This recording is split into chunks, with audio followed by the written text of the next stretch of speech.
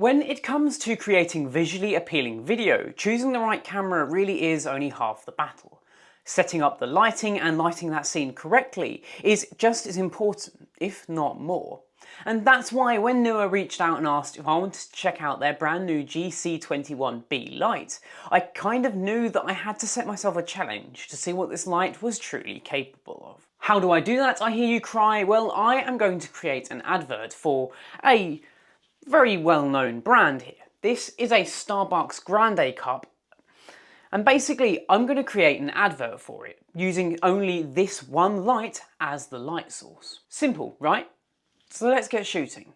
But before we shoot anything though, let me introduce you to the GC21B.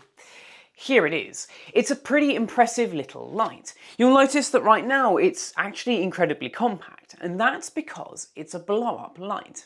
It makes it incredibly lightweight and portable when it needs to be, but with just a few breaths, it can be blown up to be an incredibly bright and actually quite large tube light. Let me show you. And as if by magic, we now have an incredibly large and bright tube light. Along the front of the light, you've got the main diffusion layer, and actually it does a lot more diffusion than I expected it to, especially for its lower price point of around £60.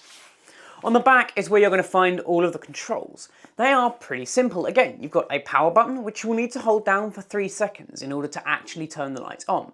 This is a safety feature to ensure that it doesn't turn itself on and overheat, because these LED strips are powerful and chuck out a lot of heat. Sadly, there is no RGB here. You do have the ability to switch between a warm and a cool light, which is still pretty nice, but upon turning it on, you'll notice just how bright this light can truly get. Sadly, there's no app control here either, so you'll be doing all of your actual changes on the light itself. But, as you can see, it's actually incredibly bright and very well diffused. Okay, so for the first shot, I actually want to capture as much of the label of this packaging as possible. I think the best way for me to do this is I'm simply just going to have the actual product there on a robotic motorized Lazy Susan. I've got the light on this side. It's going to be in front of the product, pasting onto it. And I'm going to be shooting on this guy. This is the Sony FX30. I've got a Sigma 18 to 55mm lens on it, f2.1, but I'm not going to have the f-stop that low, purely because I want to have as much in focus as possible. I'm probably going to opt for something between the 4 and the 5 f-stop range. I've gone with a kind of black background. This isn't ideal. I'd have preferred it to be paper and I'd have preferred it to be cut to size, but we're working with what we have here. So let's get that shot.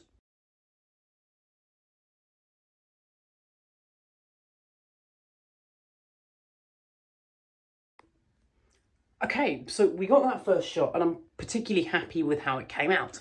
Next up, I'm going to be looking at using these guys. These are just some coffee beans that I'm basically just going to spill over the table and physically drop the drop the product onto it. Hopefully when I do that, I'm going to shoot it in slow motion and it's going to make a nice ripple effect in the beans. So let's go ahead and mount the light on the top of the rig here.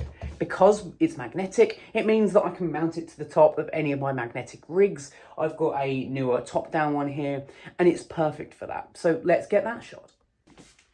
So I've actually changed this scene slightly. I've now got the light along the front, pushing in onto the product. It does mean that we're getting quite a harsh shadow on this side, as we can see from the monitor here, but I actually quite like that. Now, this is going to be a messy shot, so I can't do many of these. Basically just going to lift it up and drop it onto the beans and hope that it's going to look all right. So let's get it. But before we continue with this video though, I do just want to say that if this is the first time that you're seeing my face on your screen, then 1, lucky you, and 2, go down there, hit that subscribe button, smash that notification bell, so you get notified every time I upload. If you're interested in picking up one of your own GC21Bs, there will be a link in the description down below. That is an affiliate link, so it does help me out a little bit, but it doesn't cost you a penny more. For the next shot, we may as well continue making a bit of a mess with the beans. So we're going to have the little product spinning here on the Lazy Susan once again. but this time I'm going to be pouring beans behind it, and hopefully they're going to start to fall behind the product.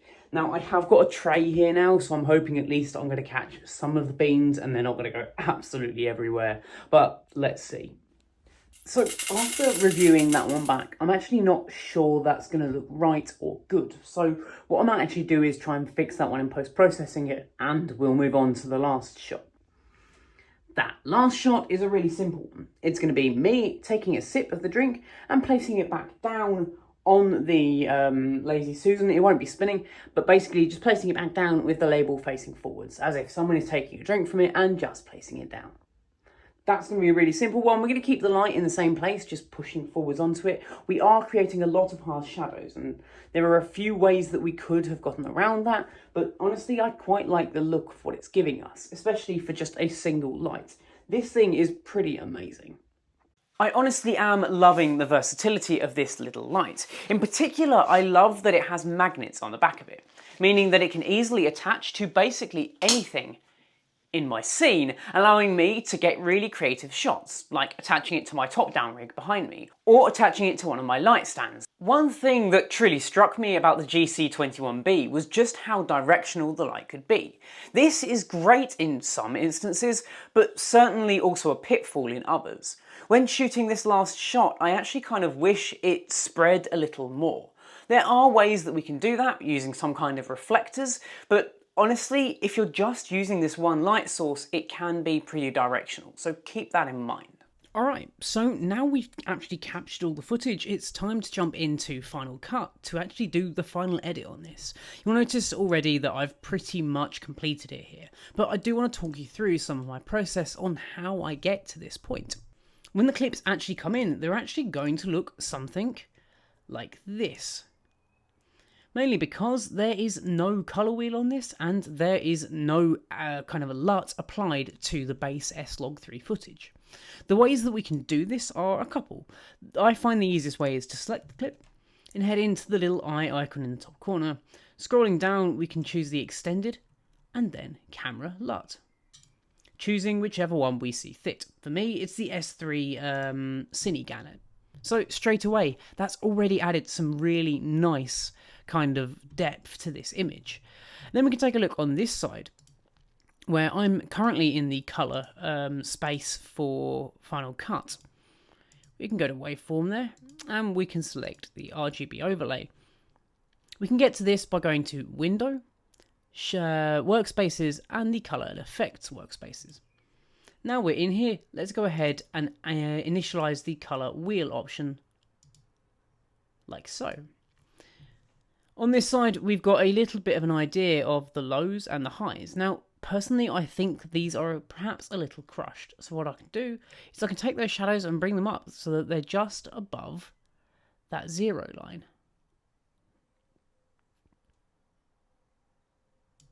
So there they are. We could do the same with the highlights, ensuring that they are under that 100% mark, or around that 100% mark. There we go. The RGB overlay, we're seeing a lot of red in this scene. That's mainly because it was an orange can, and it was a brown background. But if we see fit, we can also change the temperature and the tint. It's pretty simple stuff. The background is actually from Envato Elements. That's the company that I use to get all of my both video, stock audio, and basically anything else that I use for my editing.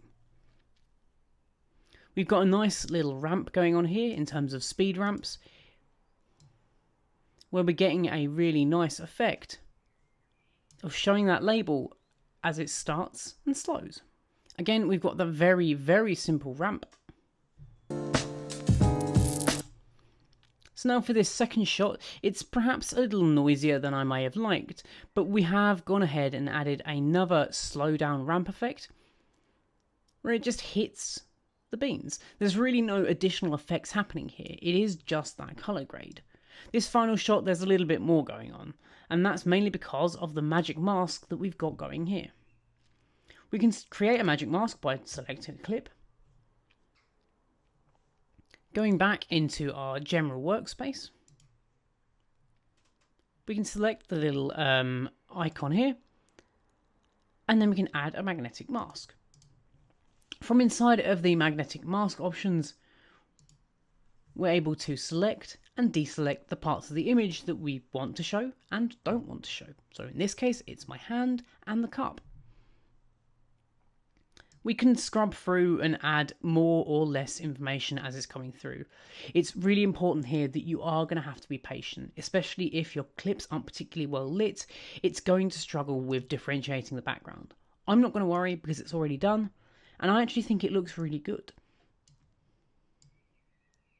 That's kind of it. It was an incredibly simple advert, but quite honestly, I'm really pleased and impressed by how it's come out.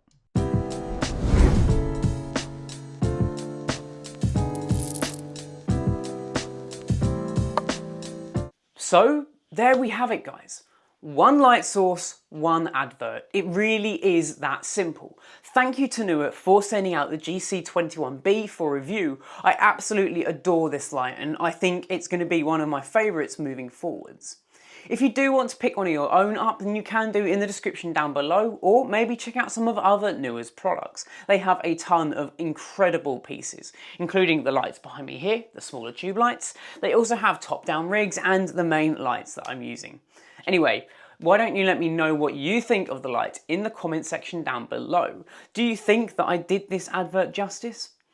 Anyway guys, my name has been Robert, this has been Bite Size Clue, and I will catch you in the next one. Adios.